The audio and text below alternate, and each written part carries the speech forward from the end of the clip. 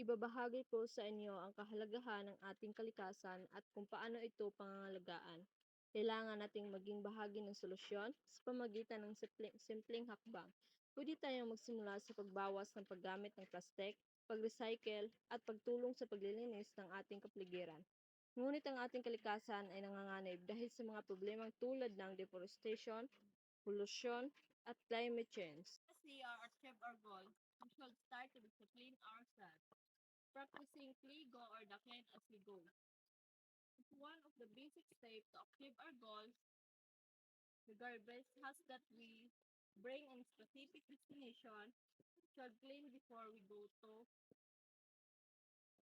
so that the garbage will not scattered anywhere that may cause environmental issues.